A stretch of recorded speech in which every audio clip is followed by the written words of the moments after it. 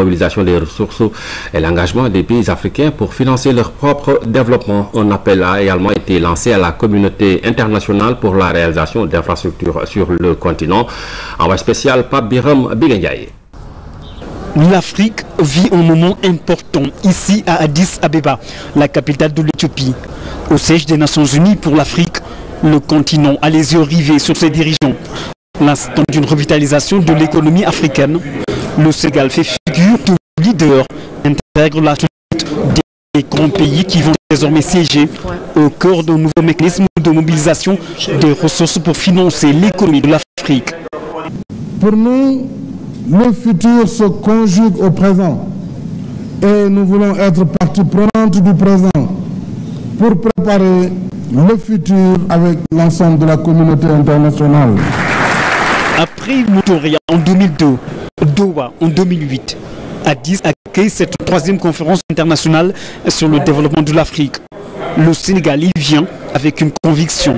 Si nous voulons avancer sur le chemin du financement du développement, nous ne devons plus appliquer les règles d'une époque révolue à des réalités nouvelles et changeantes.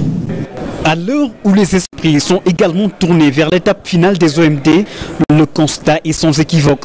Nos résultats sont bien en deçà des engagements convenus. Et le chef de l'État touche les points sensibles qui freinent la croissance du continent. Le déclin de l'aide publique au développement y est pour beaucoup. Il est tout aussi nécessaire de mettre fin au paradoxe des ressources disponibles mais non accessibles. Un paradoxe dû aux règles rigides d'accès au crédit au moment où l'Afrique a besoin d'investir dans les infrastructures. Un besoin qui se chiffre à 340 milliards de dollars. Et comme si cela ne suffisait pas, la fraude, l'évasion fiscale et la corruption font perdre au continent 30 à 60 milliards de dollars par an. Mais pour le président Macky Sall, tout n'est pas perdu, c'est encore possible. Notre vocation, c'est de prendre en charge le destin de nos pays. Si l'Afrique recevait la juste rémunération de ses ressources, et si elle recouvrait seulement l'équivalent de 17% de ses ressources frauduleusement placées à l'étranger, elle pourrait rembourser la totalité de sa dette et financer sur ses propres ressources ses besoins de développement.